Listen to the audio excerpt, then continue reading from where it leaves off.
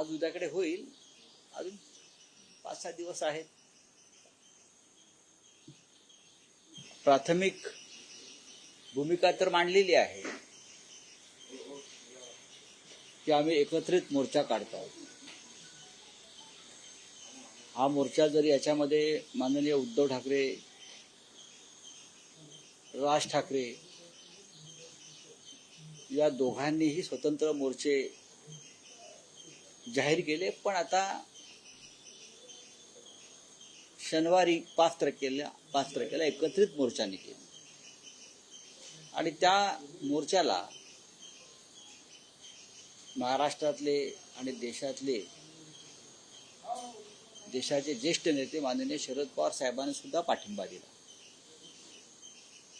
काल शरद पवार साहेबांशी माझं बोलणं झालं तर त्यांनी सांगितलं की आमचा पक्ष या मोर्चामध्ये सहभागी आहे. मी येण्याचा प्रयत्न करेन, पण माझे सर्व सहकारी या मोर्चाला उपस्थित राहतील आणि पक्षाच्या सर्व कार्यकर्त्यांना त्यांनी तशा सूचना दिलेल्या आहेत. काँग्रेस पक्ष सुद्धा ज्या हिंदी सक्तीच्या विरोधामध्ये आहे महाराष्ट्रात, आणि मला खात्री आहे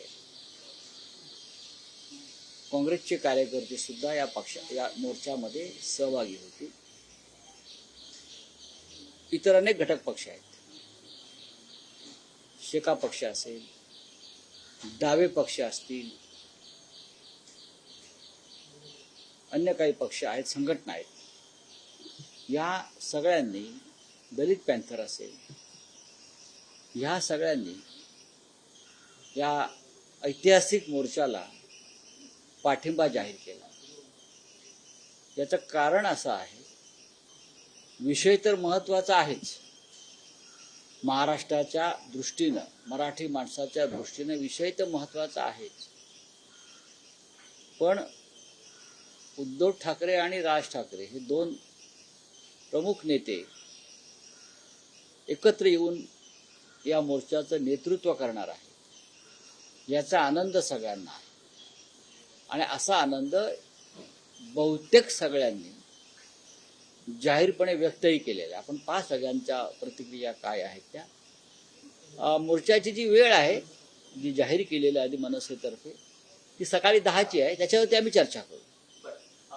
मनोमिलन होतंय का? कारण मोर्चा एक निमित्त पाहायला मिळतंय. कारण कालही बघितलं वरुण सरदेसाई, संदीप देशपांडे, आदित्य ठाकरे असे जे नेते एकमेकांना भेटतात, त्याच्यामुळे युक्तीच्या चर्चा सुरू असताना अशा प्रकारे एकत्र येणं आणि पब्लिकली भेटणं, तर त्याच्यामुळे आगामी महापालिका निवडणुकीसाठी एक चित्र दिसेल एकत्र भेटण्याचं. पूर्वी एक काळ असा होता की हे सगळे लोक एकमेकांना भेटत नव्हते, भेटण्याचं टाळत होते, किंबहुना रस्तेही समोर दिसल्यावर बदलत होते.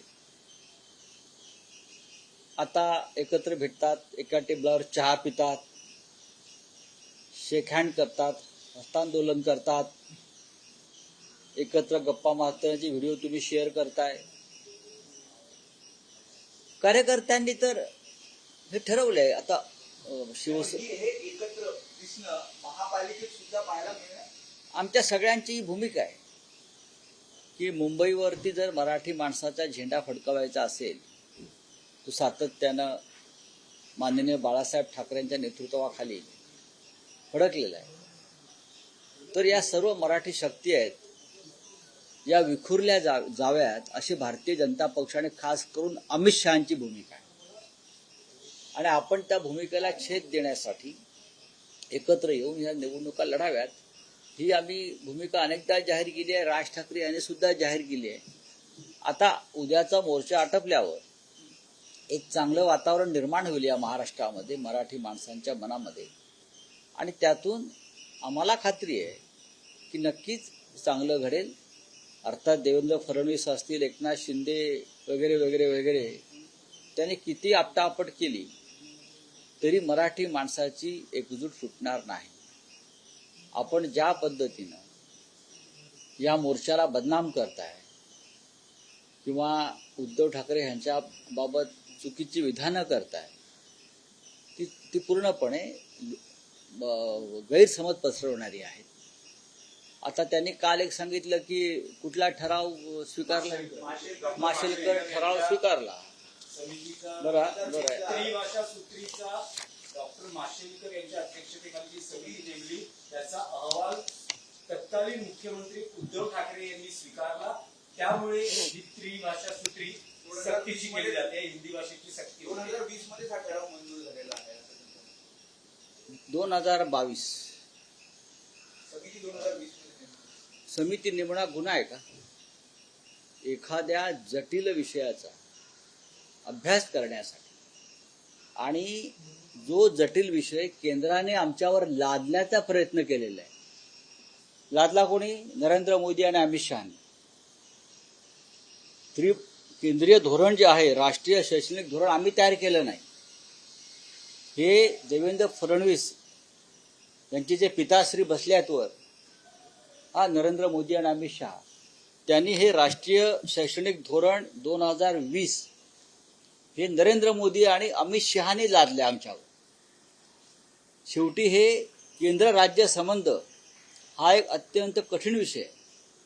इथे संघराज्य पद्धत आणि वरती केंद्र सरकार आहे जे भारतीय जनता पक्षाचं आहे. त्यांचा एक स्वतःचा अजेंडा राबवत आहेत ते, आणि ज्या राज्यामध्ये आपली सरकार नाही त्यांना अडचणीत आणण्यासाठी अथक प्रयत्न करत असतात. त्यातलं हे राष्ट्रीय शैक्षणिक धोरण 2020 हे फडणवीस यांच्या पिताश्रींनी आमच्यावर लादलं आहे. केंद्रानं एखादा विषय लादल्यावर उद्धव ठाकरे साहेबांनी मुख्यमंत्री स्वीकारलेलं नाहीये. त्यासाठी रघुनाथ माशेलकर यांच्यासारख्या ज्येष्ठ शैक्षणिक अशा व्यक्तीची त्यांनी नेमणूक केली. आणि त्यानंतर हा जो अहवाल त्यांनी दिला, कोणताही अहवाल हा मुख्यमंत्री स्वीकारतातच. आम्ही पार्लमेंटला असा अनेक अहवाल देत असतो. प्रधानमंत्री अहवाल स्वीकारतात. स्वीकारला म्हणून त्यांनी जी.आर. काढला का? जी.आर. कोणी काढला? तो जी.आर. काढला देवेंद्र फडणवीस. अंमलबजावणी आम्ही केली नाही. मग कोण करते? जी.आर. कोणी काढला? सरकारी अध्यादेश कोणी काढला? हे बघा, राष्ट्रीय शैक्षणिक धोरण 2020 संदर्भात स्थापन केलेल्या डॉक्टर रघुनाथ माशेलकर समितीच्या कार्यगटाचा अहवाल मंत्रिमंडळाच्या बैठकीत सादर करण्यात आला. त्यावर त्या धोरणाच्या अंमलबजावणीसाठी मुख्यमंत्र्यांच्या अध्यक्षतेखाली कार्यगट स्थापन करण्यात असल्याचा निर्णय घेण्यात आला. राईट. या धोरणाची अंमलबजावणी करण्याच्या अनुषंगाने केलेली नाही. अनुषंगाने स्थापन करण्यात येणाऱ्या मुख्यमंत्री यांच्या अध्यक्षतेखाली या कार्यगटात उपमुख्यमंत्री तथा वित्तमंत्री यांच्यासह उच्च व तंत्र शिक्षण मंत्री, शालेय शिक्षण, क्रीडा, वैद्यकीय शिक्षण, औषधे, द्रव्ये, कृषी, पशुसंवर्धन, दुग्ध, मत्स्य व्यवसाय, कौशल्य विकास, उद्योजकता या खात्यांच्या मंत्र्यांचा समावेश असेल. तसेच समितीने शिफारस केलेल्या मुद्द्यांच्या अनुषंगाने केलेल्या कार्यवाहीची या बैठकीत माहिती देण्यात आली. हा एवढाच इतिवृत्त त्या बैठकीचा आहे. हा अहवाल जो आहे हा फडणवीसांनी समोर आणावा, त्याचं जाहीर वाचन करावं. हा जो मी वाचतो आहे माननीय उद्धव ठाकरे साहेबांच्या उपस्थितीत, त्या संदर्भात मुख्यमंत्री उद्धव ठाकरे यांनी कोणते आदेश दिले, हा माझा पहिला प्रश्न आहे. त्यानंतर अंमलबजावणीसाठी कोणते शासकीय आदेश काढले, हा दुसरा प्रश्न आहे. त्यानंतर आतापर्यंत मध्ये किती वर्ष गेली? 3 वर्ष गेली. 3 वर्षामध्ये तुम्ही काय केलं? आता पुन्हा एकदा केंद्राने दबाव आणलेला आहे, म्हणजे RSSने दबाव आणलेला आहे, म्हणून तुम्ही धावपळ करताय. हा अहवाल हा गोडाऊनमध्येच पडला होता ना. हा काय श्रीकृष्ण अहवाल नाही आहे ना, की सर्वोच्च न्यायालयानं किंवा पार्लमेंटने काहीतरी आदेश दिले आणि म्हणून आम्हाला काम करायचं आहे. देवेंद्र फडणवीस सरासर खोटं बोलतात. ते या मुद्द्याचं राजकारण करतात. महाराष्ट्रात हिंदी सक्ती करावी, हिंदी लादावी आणि मराठीचा मुर्दा वाढावा असा त्यांच्यावर केंद्र सरकारचा दबाव आहे. हा दबाव पूर्णपणे उद्धव ठाकरे यांनी झिडकारला होता, झुगारला होता, म्हणून त्यांनी हा इतका विलंब लावून हे प्रकरण, शेवटी केंद्र सरकार आहे लक्षात घ्या, आणि सरकार भिन्न सरकार आहे आणि त्यांच्या विरोधातून निर्माण झालेलं आमचं सरकार होतं. त्याच्यामुळे त्याने आमच्यावर प्रचंड दबाव आहे हे लागू करण्यासाठी. मला हा सगळा विषय माहिती आहे म्हणून हे बोलतो आहे. आणि आम्ही नाही म्हणालो म्हणून हे कार्यगट वगैरे ही वेळ काढण्याचे कामं असतात सगळी. तेवढा वेळ आम्ही पुरेसा काढला. उद्धव ठाकरे यांनी कोणताही आदेश काढला नाही, जी आर काढला नाही. हा जी आर देवेंद्र फडणवीस यांच्या सरकारने काढल्यामुळेच त्या जी आरची उद्या आम्ही होळी करतोय. हा उद्धव ठाकरे साहेबांचा जी आर नाही, हा जी आर या फडणवीस शिंदे सरकारचा आहे आणि त्याची होळी उद्या त्यासाठीच होते आहे. जर जी आर उद्धव साहेबांनी काढला असता तर आम्ही होळी कशाला केली असती? हा लहानसा प्रश्न या राज्याच्या मुख्यमंत्र्यांना समजून येत नाही हा विषय, आणि ते काही असत्य विधानं रेटताय. पहा जरा. राहुल सर, मोर्चाची तारीख ठरली आहे, पण पुढचं जे नियोजन आहे, होईल. मोर्चाचा मार्ग, दोन्ही बाजूने दोन्ही पक्षांकडून काही नेत्यांची नेमणूक करण्यात आली आहे नक्की, का? नक्की होईल. आणि त्यावर चर्चा किंवा त्यावरचा निर्णय कधी होईल? नक्की होईल. काल आम्ही मोर्चाची घोषणा केली एकत्र. आता आमच्याकडले काही प्रमुख लोक आणि मनसेचे काही प्रमुख लोक त्यांचे एकत्र बसून मोर्चाचा मार्ग असेल, मोर्चाची नक्की वेळ असेल, कोणाला आमंत्रित अजून आपण करू शकतो, कोणत्या भूमिका आपण व्यासपीठावर घ्यायच्या आहेत, पुढली दिशा काय असेल, या संदर्भात नक्की चर्चा होईल. नाही, पण मनसेचं म्हणणं आहे की गिरगाव चौपाटी ते आझाद मैदान असा मोर्चा असावा. तर शिवसेना उद्धव बाळासाहेब ठाकरेंची पक्षाची नेहमी एक भूमिका राहिलेली आहे, आंदोलनाची सुरुवात हुतात्मा चौकातून होते. त्याच्यामध्ये काही अडचणी असतात आणि आहेत. आम्ही त्याच्यावर आमच्या पक्षात चर्चा केलेली आहे. आम्ही चौपाटी हा सुद्धा पर्याय निवडला होता. परत सांगतो तुम्हाला. आता एकदा एकत्रित मोर्चा काढण्याचं ठरवल्यावरती त्या संदर्भात दोघे मिळून आम्ही चर्चा करू. नाशिकचं घर आहे काय मराठी भाषेचा एक विषय होता की शरद पवार यांच्या राष्ट्रवादीने या मोर्चाला पाठिंबा दिलाय आणि त्यांचा पक्ष सहभागी होतोय. पण पूर्वी अजित पवार यांच्या एनसीपी कडून मराठी भाषा सक्ती बाबतीत काही वेगळी विधानं, म्हणजे सक्ती नको अशी विधानं होती. पण आता अशी भूमिका दिसते की या मोर्चाला अजित पवार यांच्या एनसीपीचा पाठिंबा नसेल, कारण त्यांचा पक्ष सत्तेत सहभागी आहे. सत्तेत सहभागी असलेल्या पक्षानं जर सरकारविरोधी भूमिका घेतली तर त्याच्यामुळे वेगळे काही संकेत जाऊ शकतात. याचा अर्थ मराठीवरचा अन्याय राज्याचे उपमुख्यमंत्री, महाराष्ट्र राज्याचे उपमुख्यमंत्री जे नेहमी यशवंतराव चव्हाणांचा, फुले शाहू आंबेडकरांचा वारसा सांगतात, मराठी भाषा ही छत्रपती शिवाजी महाराजांची भाषा आहे. ज्या हजारो लाखो मावळ्यांनी ते स्वराज्य स्थापन केलं ही त्यांची भाषा आहे.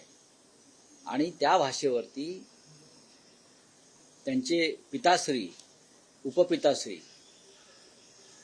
केंद्रातले जबरदस्ती करतायत. आणि तरीही जर अजित पवार, एकनाथ शिंदे हे त्यांची तोंड शिवून बसले असतील तर त्यांना छत्रपती शिवाजी महाराजांचं आणि या महाराष्ट्राचं, मराठी माणसाचं नाव घ्यायचा अधिकार नाही. नाही, त्यांनी मराठी भाषेच्या सक्तीला काही विरोध नाही केला. अहो, महाराष्ट्रावरती हिंदी सक्ती करणं हा शिवरायांचाच अपमान आहे. काय सांगतात मला अजितदादा पवार? अशा प्रकारे छत्रपती शिवाजी महाराजांच्या महाराष्ट्रावर हिंदी लादणं हा अपमान आहे महाराष्ट्राच्या शिवरायांचा. हे त्यांना मान्य आहे की नाही सांगावं त्यांनी. सर, मुंबईतील 1 कोटी जनतेने जर उत्तर भारतीयांना मदत केली तर याचा पुढचा मामला उत्तर भारतीय असेल, असे उत्तर भारतीय विकासाचे सुनील शुक्ला यांनी म्हटलं. नाही, मला माहिती बोलिये. एक मुद्दा अलीकडच्या काळात हा जेव्हा मोर्चा निघतो आहे तेव्हा भाजपचे काही आमदार हा प्रश्न उपस्थित करत आहेत की मोर्चाचं नेतृत्व किंवा मोर्चाची साथ देणाऱ्या नेत्यांची मुलं नेमकी कोणत्या शाळेची, नातवंड कोणत्या शाळेची, हो, तुमची पण मुलं काढा, काय हरकत नाही, प्रकर्षानं भाजप येऊ द्या. नाही, काही आमदार उपस्थित अहो, करतात. भारतीय जनता पक्षाच्या लोकांना नाही काम धंदा, ते मोकळे लोक आहेत बरं का. खायचं आहे, लुटायचं आहे आणि अशी मग डोकी चालवत बसायची. पाहू आम्ही. मोर्चा महत्वाचा आहे.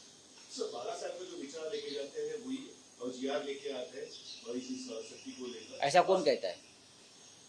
ऐसा कौन कहता है? कौन दादा भूसे? दादा भूसे को क्या मालूम है? देखिए, वो जो जीआर है ये देवेंद्र फडणवीस का जीआर है, इसलिए तो कल उसकी हम होली करने वाले हैं ना। ये लोग पगला गए, दादा भूसे हो, राज्य के मुख्यमंत्री हो, डिप्यूटी सीएम हो, ये केंद्र ने थोपा हुआ निर्णय, ये राज्य सरकार का निर्णय नहीं है। ये जो राष्ट्रीय शिक्षा धोरण है, पॉलिसी है, ये मोदी और शाह की देन है पूरे देश को, और हम सब राज्य उनके खिलाफ खड़े हैं। महाराष्ट्र में हिंदी थोपने का निर्णय जो जीआर है वो मुख्यमंत्री देवेंद्र फडणवीस के आदेश से निकला है ना, उसमें हमारा क्या संबंध है। हमने तो उस वक्त एक कमेटी का गठन किया था सोचने के लिए, वो भी रघुनाथ माशेल जी के लीडरशिप में। वो आया है रिपोर्ट, वो कहाँ पड़ा होगा, वो रिपोर्ट आप पढ़ लीजिए जनता के सामने, हम भी आ जाएंगे सुनने के लिए आपकी बात। चलिए सीजे का एक स्पीच आया है, उन्होंने कहा है कि न्याय जो है लोग जनता के हित में आना चाहिए, तो लेकिन आज की तारीख में उसे कहीं तो आतंकवादी की तरह देखा जा रहा है। किस तरीके से आतंकवादी गलत हित से यूज किया जा रहा है? गलत हित से यूज तो न्याय व्यवस्था को यूज किया जाता है, खास करके ये 10 साल में हो गया है। ये सिर्फ दृष्टि से आपको मालूम होना चाहिए। जिस तरह से शिवसेना, बालासाहेब ठाकरे की ओरिजिनल शिवसेना, शरद पवार साहब की राष्ट्रवादी कांग्रेस पार्टी, दोनों के ऊपर जिस तरह से न्यायालय ने भी अन्याय किया है, सुप्रीम कोर्ट ने अन्याय किया है, चुनाव आयोग ने अन्याय किया है, और सब लोग चुप बैठे हैं। एक पार्टी है जो बालासाहेब ठाकरे जी ने बनाई, शरद पवार साहब ने बनाई, उस पार्टी को आप खींचकर हमारे हाथों से गलत तरीके से किसी और के हाथ में देते हो। और हम आज भी तारीख पे तारीख के चक्कर में सुप्रीम कोर्ट के सामने गुहार लगाकर बैठे हैं। उस बारे में भी चीफ जस्टिस साहब ने सोचना चाहिए कि ये देश में क्या हो रहा है, न्यायालय पर किसका दबाव है। हाँ, ये निर्णय और ये फैसले नरेंद्र मोदी जी और अमित शाह जी को चाहिए, वो कौन दे रहा है और किसके दबाव में मिल रहे, ये भी बड़ी बात है। शिक्षक का बयान आना, आपको लगता है कि सीजे ऐसा उम्मीद कर सकते हैं कि आपको इंसाफ मिलेगा? देखिए, हम इंसाफ की गुहार लगाई है, लेकिन अब तक सुनवाई नहीं हो रही। जब स्वतंत्र रूप से सुनवाई होगी तो हमें न्याय मिलेगा। धन्यवाद। आता isakal.com आहे देशातील नंबर 1 ची मराठी न्यूज वेबसाईट। प्रत्येक अपडेटसाठी isakal.com ला नक्की भेट द्या।